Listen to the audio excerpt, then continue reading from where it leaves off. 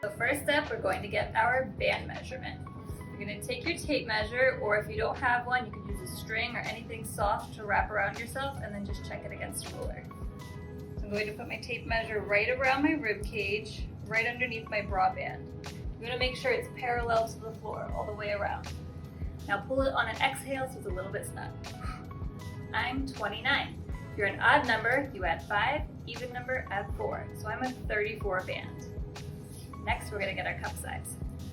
To measure your cup, we're going to do just one breast. Start in the center, go all the way across the fullest point, and stop at the underwire.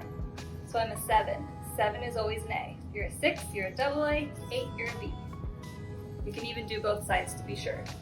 And if you're not wearing an underwire bra, just stop where your breast tissue stops. Straight across, right to the center. 7 is an A, so I'm a 34A.